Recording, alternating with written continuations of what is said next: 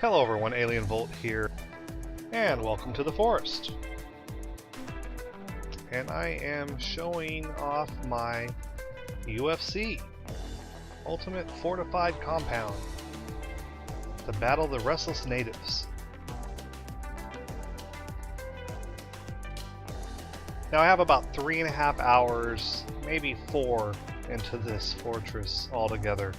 And that includes the one time I was captured. I didn't die at all.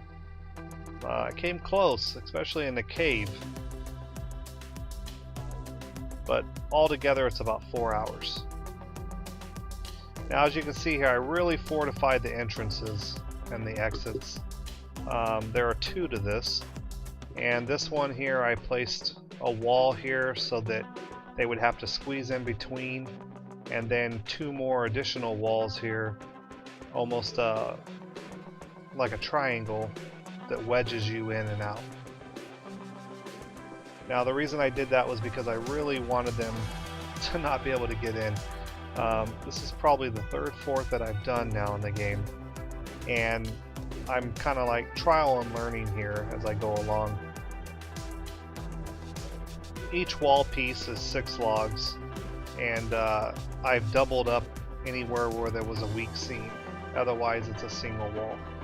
I also did 2 gardens here, and it'll enable me to harvest plants. Now these standing fire torches here I put all over the compound, and especially close to entrances as well as my cabin. And the reason being is that if the natives actually brush up against them, they catch on fire, and once they catch on fire they die, which is awesome because then you don't even have to fight them. Now as you see, the walls are pretty thick. I definitely made sure I got everything pretty close to each other to ensure no one was squeezing through any cracks, because that was one of the things that I experienced on the last fort that I did, was that the natives could actually squeeze their way through some of the seams if they weren't, you know, really tight together.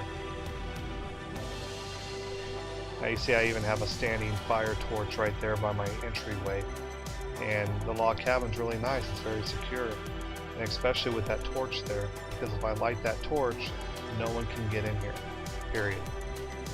Not without touching that torch. It's going to burn them up. The door actually closes, but it kind of swings back and forth. I kind of wish it was locked into place, so you actually had to use a key to open it and close it, but not really the case. I also built these holders for extra materials, so if I want to build anything else, I already have a surplus.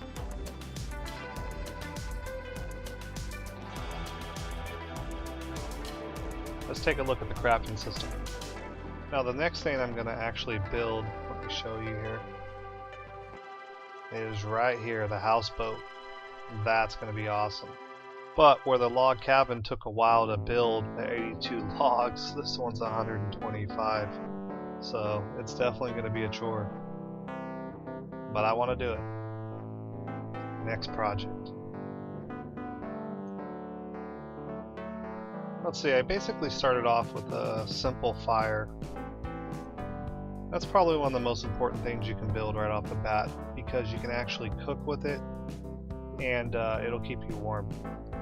Now you can do a fire pit, which is even better, but the standing fire is significant. I mean, it's good enough. It's going to keep you warm, it's going to cook your food, and you can use it as a shield if they actually start running towards you. You can stand behind it. If they run through it, they're going to burn up and die. The next thing I built was a hunting shelter, and it's pretty basic. It's 8 logs, 5 rocks, and 9 sticks. Pretty simple to put up. The reason I did that instead of the temporary shelter is I just felt that it was a more permanent structure. I did the log holder and a stick holder. They were pretty easy. I mean, 10 sticks and 20 sticks each for the log holder. I did 2 of those. and those come in really handy because as you're chopping down these trees and carrying the logs, they tend to get away from you sometimes. I didn't do any basic walls. I chose to do defensive walls. They're only 6 logs each.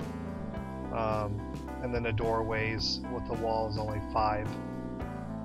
I also didn't choose to do any windows. I mean, I guess you could. That way you could see them coming. But I just reasoned if you could see them, they could see you, and then they'd want to come in and attack, and they wouldn't just walk away if they couldn't see anything.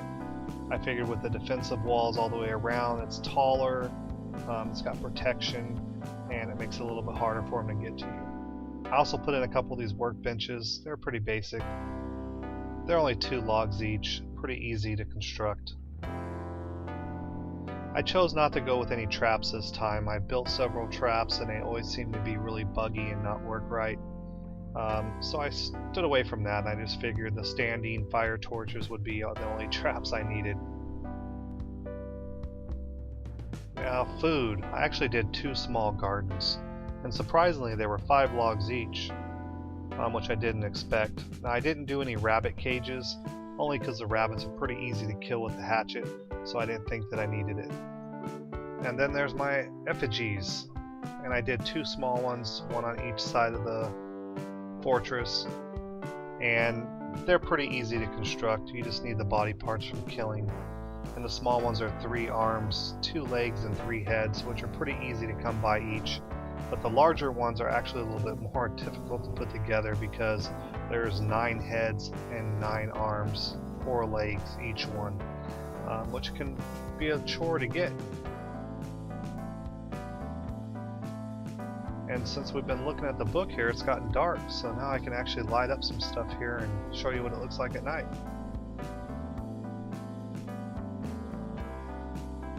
So when you get low on health, you just throw a lizard or a rabbit or even fish down on the fire. It doesn't take very long, and then you're good to go. You eat it right up.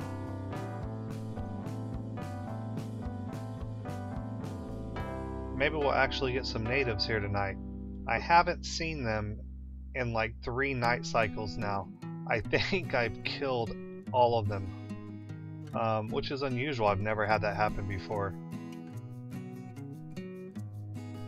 Usually you get them respawning, and there's so many patrols on the island, you don't have that problem. Now see, what I've done is I've used this ramp here not only as an overlook to look over the walls, and that's why I have one on the front and the rear, is so I can actually see if they're coming without actually leaving the fortress. And then I can also run up the ramp there and jump over it, avoiding the torch that I put there. So if they follow me in, they catch on fire and they die. Now you've got those 2 hammers over there as my old fortress. I just had walls that had glitched out, and even though they had all the logs in them, even my cabin at 82 logs, it wouldn't complete. Like, you couldn't add anything else to it because it had all 82 logs, but it wouldn't actually complete the cabin, so you could still run through it. So I decided to start fresh, and that's why I moved over here. And rather than show each stage of me building again and fending off against the natives, I figured I would just build it, and then I would show you the finished product, because that's what I was trying to do last time, only the glitches kept me from showing you a finished product.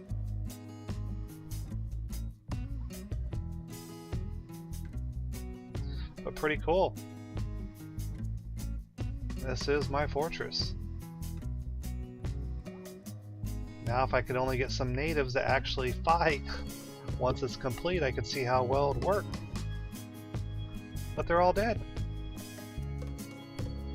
I haven't logged out since I started this. Like I said, it's been about 3.5, 4 hours of construction. But I have saved. So I'm wondering if I log out completely, if I'll actually get respawns on the island. Or if they're just dead and I've killed them all off. Which I guess is possible if you kill them all. I mean, there's only a limited number of them. But I really think it's either just a glitch, or it's the fact that I just need to relog and let them respawn. But that's about it. That's all I really got on this, so I'm gonna go ahead and end this video here. I hope you enjoyed it, and I'll see you next time.